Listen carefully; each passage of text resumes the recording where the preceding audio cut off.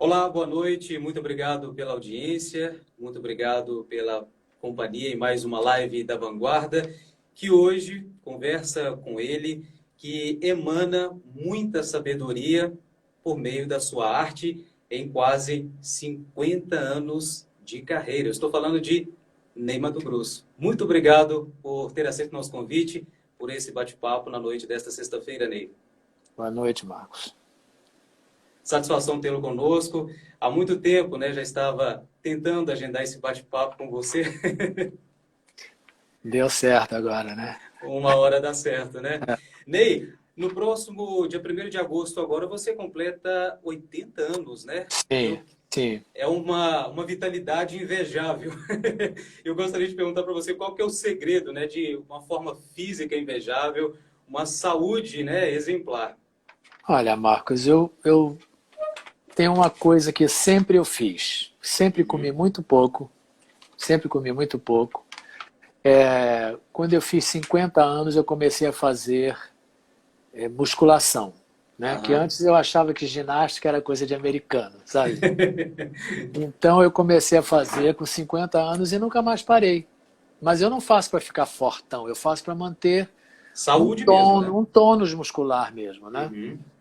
E Então é muito. isso, não tem outra coisa. É isso, eu faço ginástica diariamente. Antigamente eu fazia de segunda a sexta, Uhum. agora eu faço de segunda a quinta e como muito pouco, não tenho nenhuma restrição alimentar.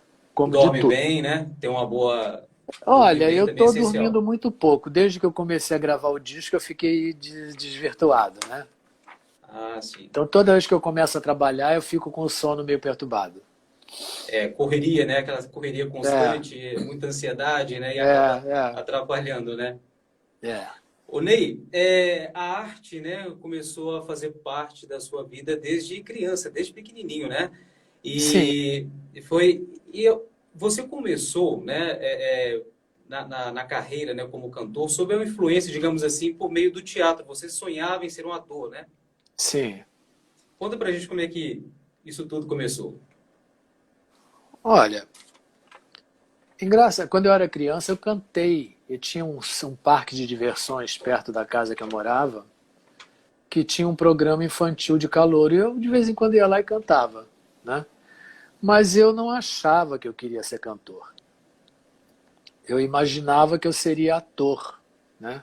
Que era o que eu gostaria de ser. Aí em Brasília, quando eu fui para Brasília, eu fiz tudo, cantei, fiz teatro, fiz um monte de coisas. Mas eu só virei mesmo cantor com 31 anos, né? Com Uhum. 31 anos.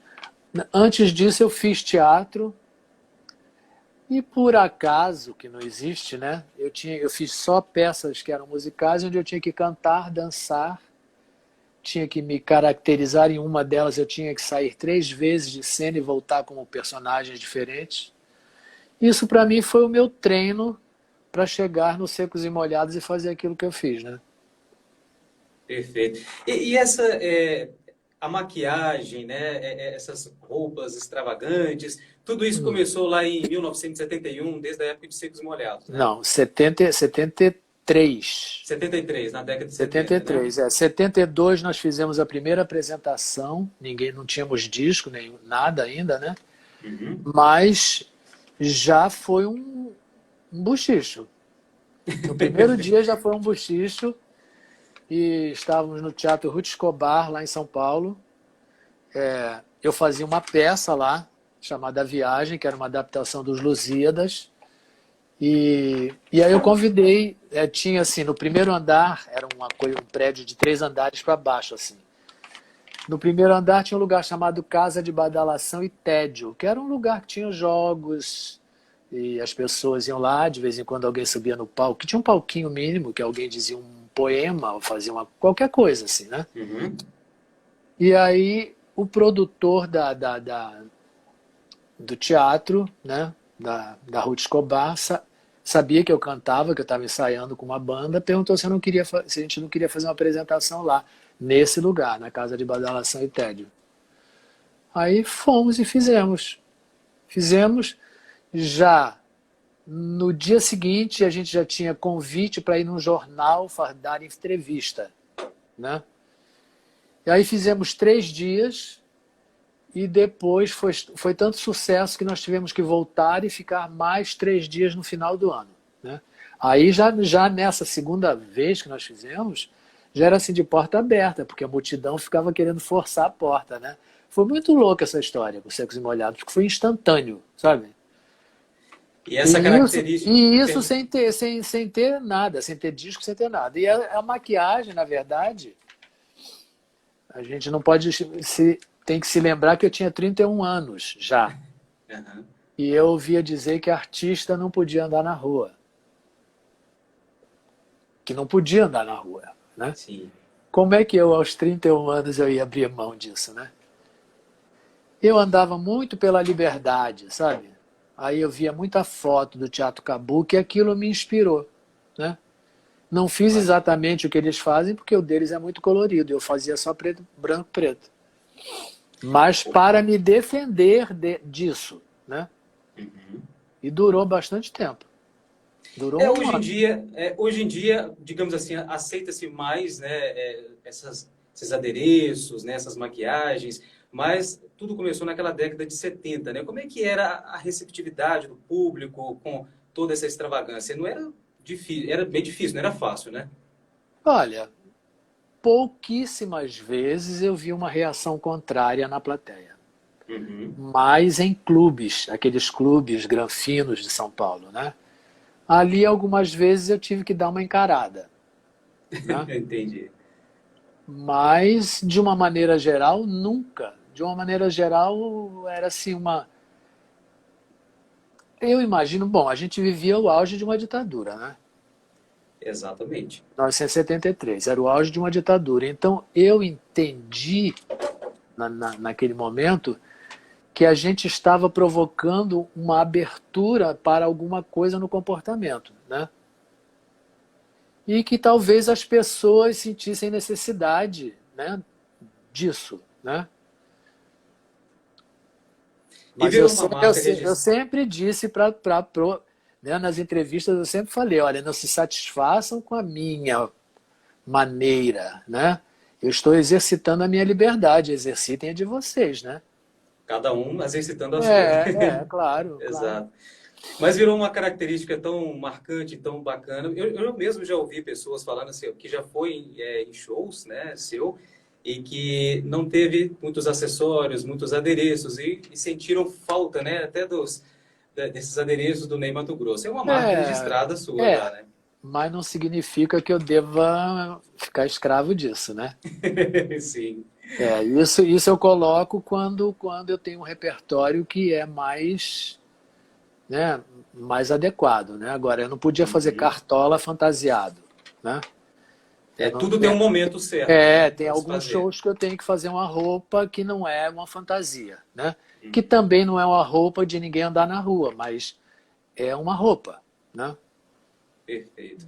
Bom, e não só de arte, né? Ney Matogrosso, né, está aí atrelado, mas também há um trabalho humanitário em Brasília, né, por onde você morou. Você, achei muito bacana, né? Você ajudou crianças, né, que estágio terminal de câncer, né?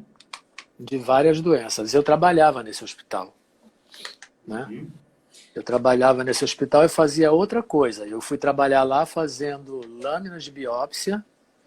Depois eu fui trabalhar na cardiologia desenhando gráficos, porque não existia computador. Os gráficos eram feitos à mão. Uma canetinha com tinta nanquim e eu ia fazendo os gráficos cardiológicos, né? Uhum. E aí o diretor do hospital era meu amigo, assim, né? Ficamos amigos e aí um dia eu fui lá. Disse assim, olha, eu queria que me bota para trabalhar ou com louco ou com criança aqui no hospital. Aí ele me disse assim, olha, com louco não tem o que fazer, com crianças tem uma sala. Tinha 2 salas lá na pediatria, que era num andar alto lá. Numa sala ficava uma professora e na outra sala eu ficava fazendo recreação com as crianças, né? Aí consegui uma autorização para descer com elas, porque atrás do hospital tinha um bosque de eucaliptos, então eu descia com elas. Algumas vezes eu consegui sair com elas do hospital e levar em alguns lugares, jardim zoológico, essas coisas, mas era muito complicado, porque não era oficial, né? Uhum. Era eu por minha conta, né? Então, às vezes eu carregava um no lado, um do outro, uma cadeira de rodas, né? E conseguia umas conduções para sair com essas crianças, foi um trabalho assim, para te dizer a verdade, foi a única vez que eu gostei de trabalhar, É né? mesmo? E como é que era trabalhar o psicológico? Porque lidar com criança, né, em um estágio triste, né, terminal de vida, já estava passando por esse momento complicado, né, Ney? A primeira vez eu baqueei, né? Não tem como. A primeira vez eu fiquei muito perturbado, né? Uhum, Mas depois eu entendi mesmo que aquilo que eu estava fazendo ali era, assim, talvez a última diversão daquelas crianças, né? uhum. Então, era isso, eu aceitei que era isso, né? Teve algum caso específico, assim, que você ficou bastante tocado no momento em que você estava ali dando aquela assistência? Várias vezes Uhum. teve muita situação, assim, complicada, né? Com as São crianças. várias, né? Muitos problemas de toda a espécie, né? Ah, Ô, Ney, se tratando de saúde, né, você também é bem engajado, né, numa campanha contra a hanseníase, né? sim, já fiz muita coisa Uhum. com, com, com o Tele-Hansen, né? Com o movimento de Hanseníase, né? De hanseníase, né? Já viajei muito, Como é que viajei começou muito. essa iniciativa, essa ação, né, de levar a conscientização da doença para a população? Porque uma pessoa me procurou Uhum. dizendo que tinha sabido, que alguém tinha dito, que eu tinha dado uma entrevista dizendo que ia deixar minha herança para a AIDS e para a hanseníase. Ah, sim. Não, isso a pessoa me disse. Eu Uhum. disse, olha, não sei do que você está falando. Não sei do que você está falando. Aí fiquei conversando com ele. E aí ele me falou, não, porque eu trabalho com a hanseníase. Não sei. Eu já achava naquela época que não existia mais hanseníase no Brasil. Eu sabia que já tinha cura para a doença. Então eu não achava que tivesse ainda, né? Mas era engano. Ele estava procurando Neila Torraca, foi ele que falou isso. Ah, tá. E aí chegou enganado em mim. Confundi os Neys.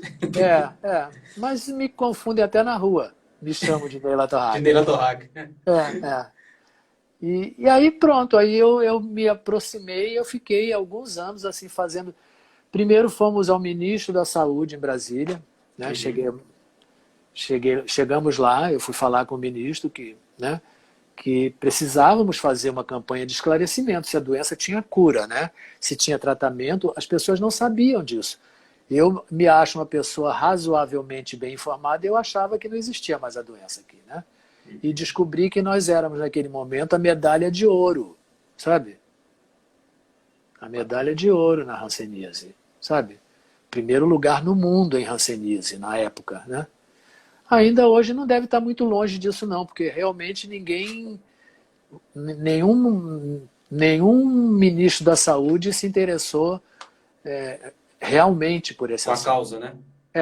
O primeiro que eu fui conversar com ele, ele disse assim, olha, eu não tenho interesse nenhum de fazer campanha para a hanseníase. Se você conseguir fazer com a Globo, você faça. Eu fiquei chocado. E saí Mas aí, dali. em se tratando de saúde, como omitir a informação, né, sobre Sim, sintomas, né? Então, sim. aqui na Vanguarda, eu sou até responsável pelo quadro, né, que é o Saúde em Dia, sou responsável pelo quadro de saúde e já falei sobre a hanseníase e você acredita que, assim, as pessoas ainda não sabem exatamente o que é a doença, entendeu? É, é. É a falta de informação Falta de mesmo. informação mesmo, né? Uhum. Que ainda não foi posta como devia, né? Sim.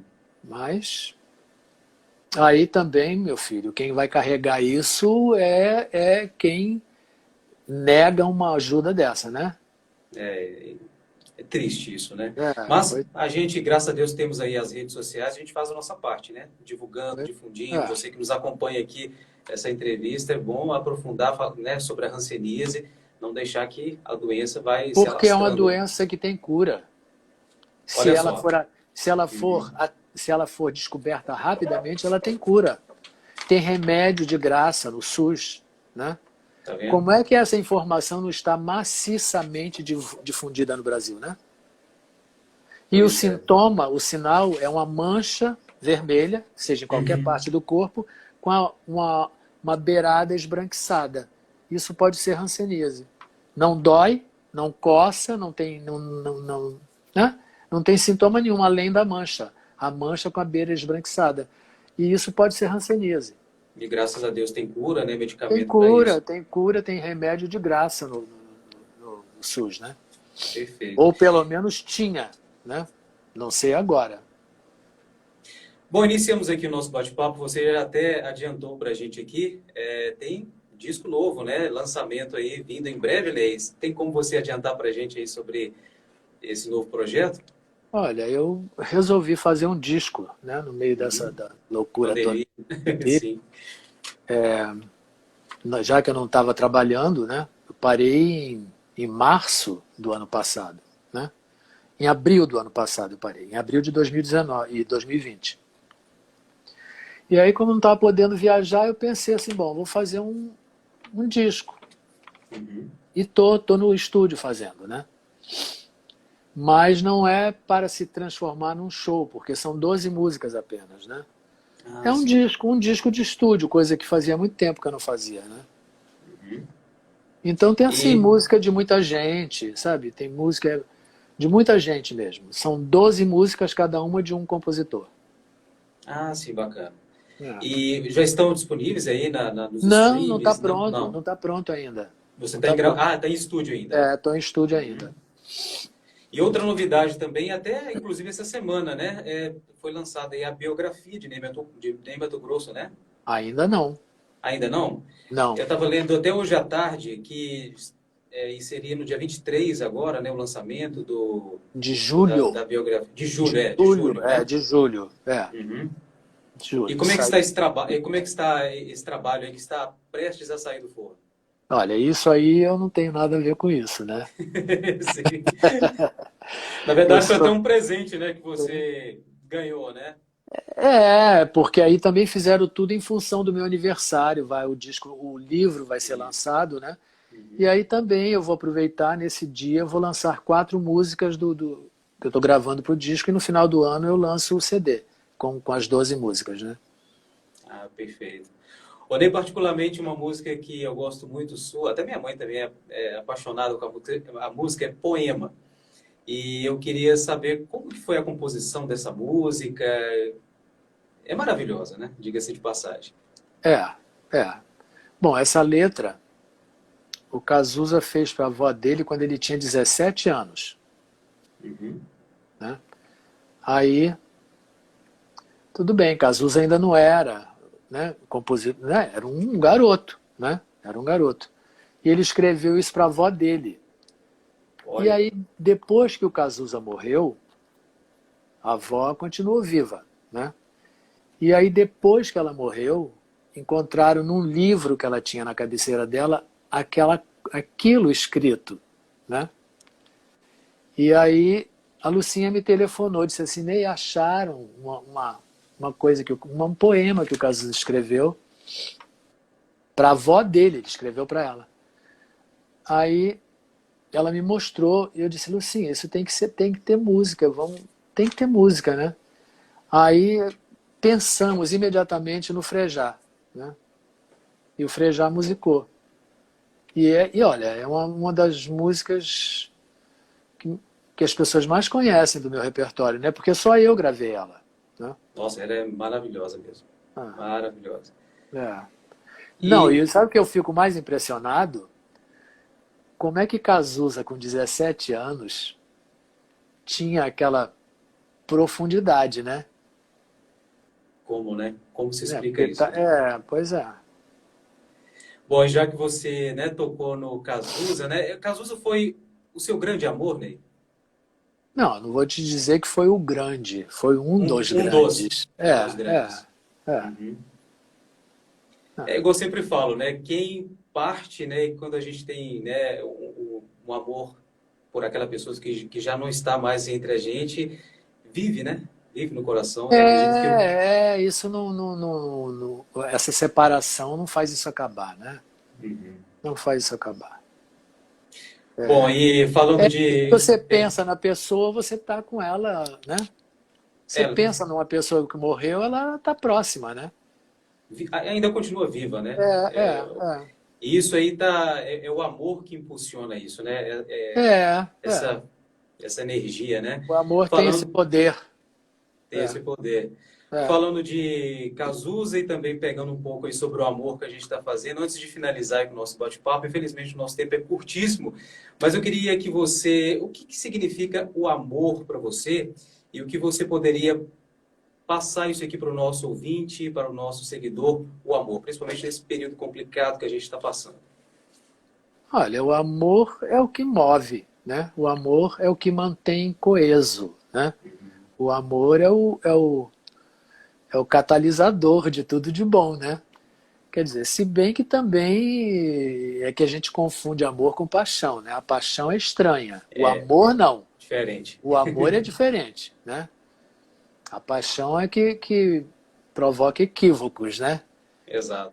O amor não. O amor não tem barreira e não tem fronteira e não tem obstáculo, né? Não tem preconceito, não tem cor, não tem raça, não tem nada. Não tem. O amor é incondicional. Exato.